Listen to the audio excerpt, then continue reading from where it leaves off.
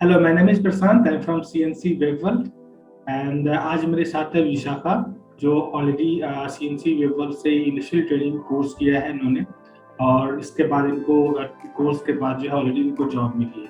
तो आज के इस इंटरव्यू सेशन में हम लोग बात करेंगे कि किस तरह का क्वेश्चंस इंटरव्यू में पूछे गए और इन्होंने किस तरीके से इंटरव्यू क्रैक किया। तो कंग्रेचुलेशंस विशाखा, आपको थैंक यू सर। जॉब के लिए। तो कैसा रहा आपकी जॉब की journey? First of all good afternoon sir. Journey classes मैंने अब सीएनसी वेबवर्ल्ड आपके इसमें लगाए थे, तो इंडस्ट्रियल ट्रेनिंग थी मेरी वेब डिजाइनिंग कोर्स में। सो फर्स्ट ऑफ ऑल मैं ये कहना चाहूँगी कि मैं नॉन आईटी बैकग्राउंड से बिलोंग करती हूँ, तो मुझे एक नर्वसनेस थी कि मुझे आएगी कि नहीं। पर जैसे मैंने क्लास ज्वाइन किया, फिर मेरा कॉन्फिडेंस लेवल थोड़ा बिल्डअप होते गया। फिर क्लासेस खत्म हुए, बाद में टर्न आया इंटरव्यू का, तो उसके लिए भी आपने बहुत मोटिवेट किया। हर सैटरडे संडे आप सॉफ्ट स्किल सेशन लेते थे, तो उससे आपको भी बहुत थैंक यू बोलना चाहूँगी सर कि आपने बहुत सपोर्ट, आपकी सपोर्ट की वजह से ही थोड़ा मैं कॉन्फिडेंस आया इंटरव्यू के लिए। और आपके ट्रेनर कौन थे? मेरी ट्रेनर थी शिल्पा निखारे मैम। तो इंटरव्यू में आपको नॉर्मली क्या क्या क्वेश्चन पूछे गए थे? नॉर्मली इंटरव्यू में क्वेश्चंस आपको जावास्क्रिप्ट के बेसिस पे पूछते हैं, और एचटीएमएल सीएसएस भी ऐड रहेगा। फिर वो हमें पूछते हैं आपने कौन से फ्रेमवर्क पे काम किया है, सो आपको कौन सा फ्रेमवर्क का नॉलेज है। तो बूटस्ट्रैप पे भी क्वेश्चन, सो जैसे why do we write script in the bottom of the body section, what is the difference between HTML पे, ऐसे रिलेटेड क्वेश्चंस आते हैं। कुछ ऐसे क्वेश्चन की लिस्ट आप बता दो जिससे स्टूडेंट को हेल्प होगा कि ये क्वेश्चन पूछे गए थे आपसे। जैसे HTML5 का डिफरेंस, और कौन से टैग्स ऐड हुए हैं HTML5 में। सो और क्वेश्चंस ऐसे जावास्क्रिप्ट के बेसिस पे, what is DOM, document object model, how do you describe it, और लेट एंड वेयर के डिफरेंस, कंपैरिजन ऑपरेटर के डिफरेंस पूछे जाते हैं। जेक्वेरी के बेसिस पे भी क्वेश्चंस रहते हैं।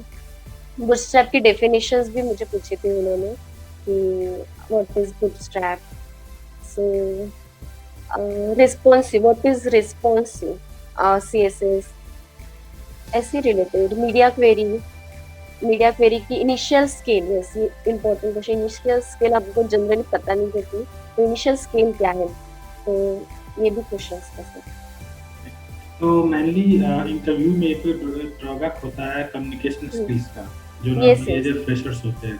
तो आपको क्या लगता है ये कम्युनिकेशन स्किल्स कितना इम्पोर्टेंट है अभी के आईटी की जॉब के लिए?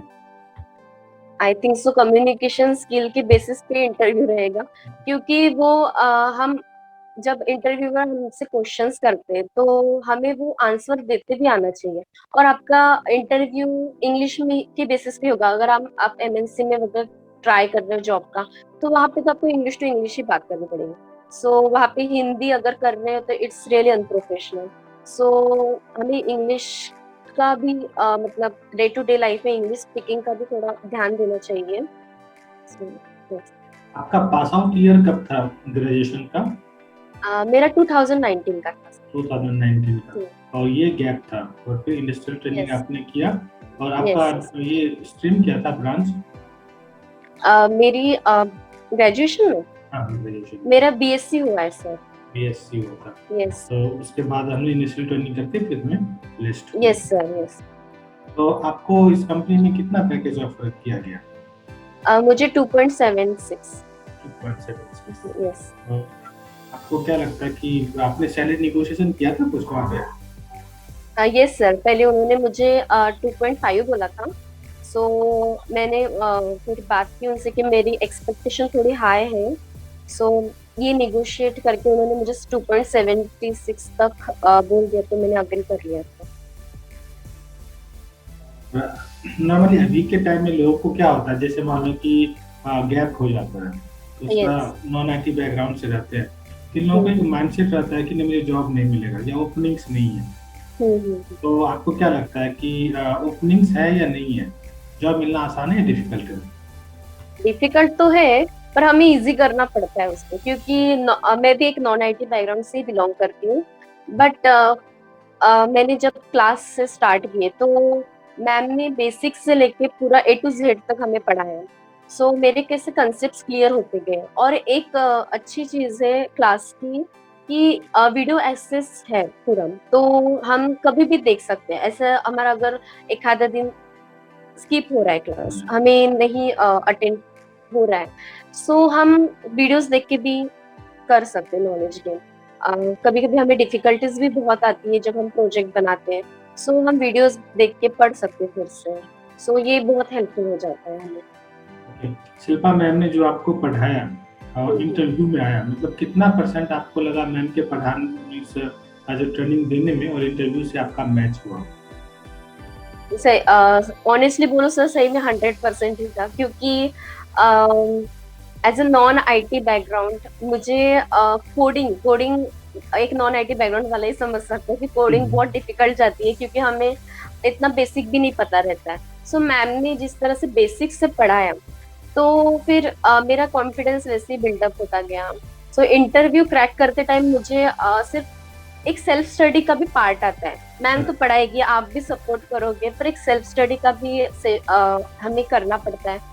अगर वो नहीं करोगे तो फिर डिफिकल्टी रहेगा इंटरव्यू, और कभी ना कभी तो स्टार्ट करना ही इंटरव्यू देना। एक नर्वसनेस तो रहती है इंटरव्यू में। मैं भी फर्स्ट टाइम ही इंटरव्यू दिए थे अभी, सो मुझे भी एक नर्वसनेस थी, एक एंजाइटी थी कि कैसे होगा इंटरव्यूज में एंड ऑल।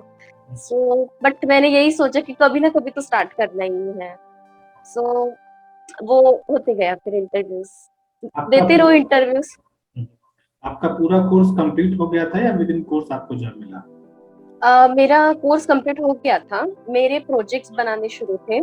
सो फिर उसी दौरान मैंने एंगुलर बचा था सर, तो उसी दौरान मैंने इंटरव्यूज देना स्टार्ट किया। मतलब एंगुलर पूरा नहीं हुआ था?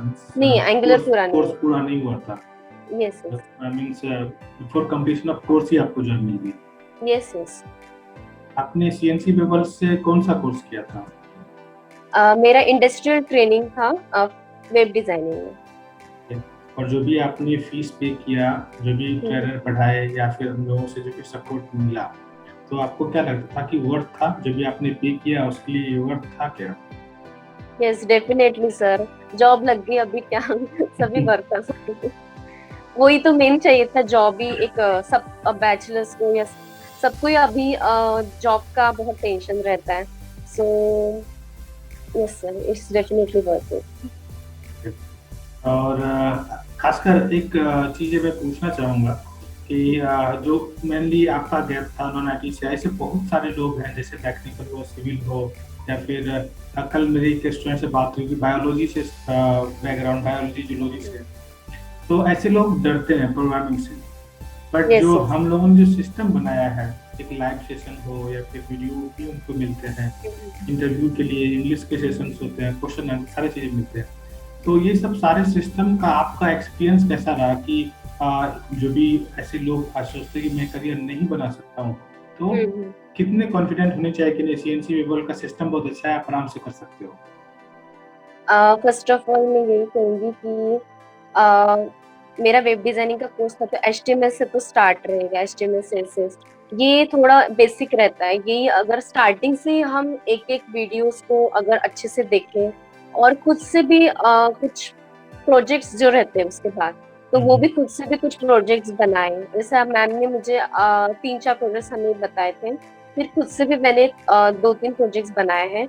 सो हम जैसे जैसे प्रोजेक्ट्स बनाते हैं और उसमें हमें कैसे इन शॉर्ट प्रैक्टिस होती जाती है। सो आपका भी Saturday Sunday soft skill session होता था। उस सॉफ्ट स्किल सेशन में जैसे आप बताते थे कि कंपनी में जॉब करते टाइम हमें क्या क्या मतलब कैसे प्रोसेसिंग रहती है कंपनीज की, और कैसे सॉफ्टवेयर यूज हो सकते हैं कंपनीज में।